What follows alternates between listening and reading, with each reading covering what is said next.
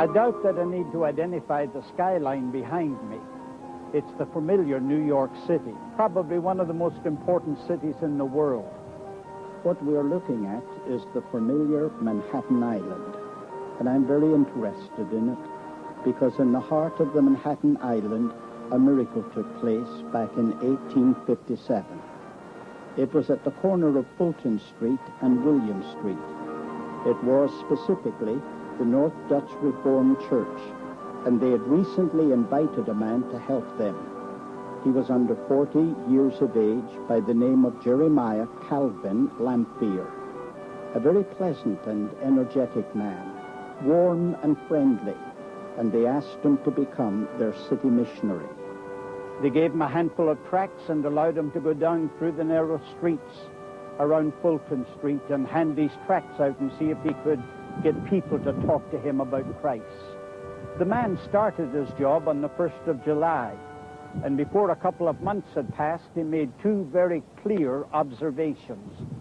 Number one, he noticed that all the businessmen of the city left their office at 12 o'clock, and they were out on the streets from 12 until 1 o'clock, some of them eating their lunch while they walked. The other observation he made was that there were teeming thousands of people in his parish. And if he had 10,000 lives to invest, it wasn't going to be enough to be able to reach all of these people. And so I think, sensitive to the Spirit, he decided to try and yoke these two observations together. He wanted the businessmen to come and hold a meeting, a layman's meeting, and hold it over beside the church in the annex building next door to it on the 3rd floor, where there was a small meeting room. He invited them to come on a Wednesday at 12 o'clock, and they would minister to one another. They would be allowed to lead in a song or in a prayer, or they would be allowed to give a testimony or a word of exhortation. They would not be allowed to monopolize time more than 5 minutes, because some businessmen would only have 10 or 15 minutes maximum in the room. And if they wanted a chance to participate, they ought to be given that chance. There's no way of knowing how his spirits must have sagged when at 12 o'clock on the 23rd of September, nobody turned up to his meeting. He decided that he'd spend the time in prayer, so he got down on his knees and he started praying. And at 12:30, he heard the first sound of footsteps on the stairway. By the time it came 1 o'clock and the meeting was over, there were 6 of them that had met together. And they were so encouraged at what went on, they decided to meet on the following Wednesday. What happened then is really a matter of record. On that following Wednesday, there were 20 people that came to the meeting. And on the following Wednesday, the 7th of October, there were 40 of them that came to the meeting, and they had to make 2 more decisions. The space that they were meeting in on the 3rd floor of the annex was not large enough. They had to go down to the 2nd floor to get a larger room. Second thing they noticed was that the time wasn't long enough for the number of people that wanted to participate in the service. And so they decided they'd meet on a daily basis. They met the next day, Thursday, and on Friday, and on the following Monday, and the crowd started increasing. And by the following Tuesday, the 14th of October, there were 100 people that stood in pouring rain trying to get into that little annex building and have their meeting and meet for prayer. By the end of the first month, the religious periodical started notifying people about the phenomenon that took place on Fulton Street. That brought people from surrounding communities to observe and to participate. By the end of the second month, they started conducting prayer meetings in other areas around New York City. By the end of the third month, the secular papers got a hold of the information. By the end of the fourth month, the entire facility at Fulton Street was crowded out. They had moved down 1 block to John Street, and that John Street Methodist Church was crowded out. There were 150 meetings being held daily in Manhattan and in Brooklyn, and by the time 6 months had passed, there were 10,000 businessmen that were meeting for prayer daily. This phenomenon attracted the attention of other cities. The first city that tried to capture the same spirit was Philadelphia. They started at a church on 4th Street, found out that was too small. They then went to a larger hall and had to grow beyond that.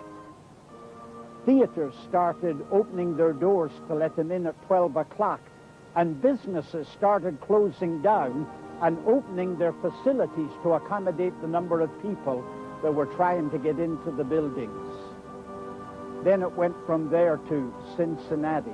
From Cincinnati, it moved to Boston, then to Baltimore, then to Washington, Richmond, Charleston, Savannah, Mobile, New Orleans, Vicksburg, Memphis, St. Louis, Pittsburgh, Chicago. Eventually, it hit nearly every city in the United States. In the year 1858, 1 million people were swept into the kingdom. Having been a teacher, I'm aware of the fact that when you're dealing with a new subject, you must spend some time in the definition of terms. And what I'd like to do at this point, before we go any further in examining what a revival is, I'd like to define it. What is a revival?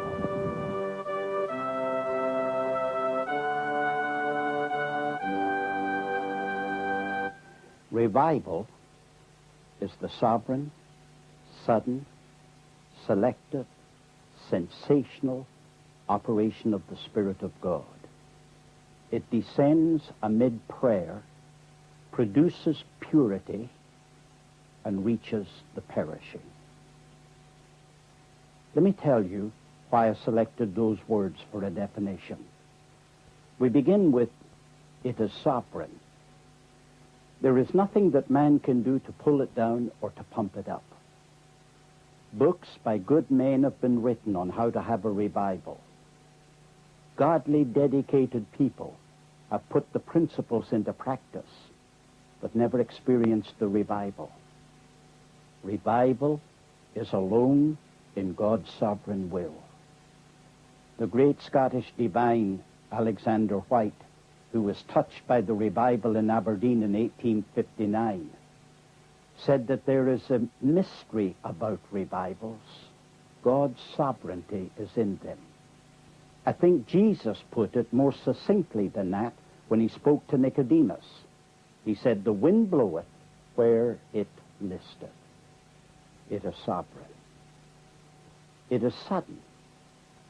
It is possible that a man can go with a burden of sin and endure it for a long time. But during a revival, there comes a moment when it is unbearable.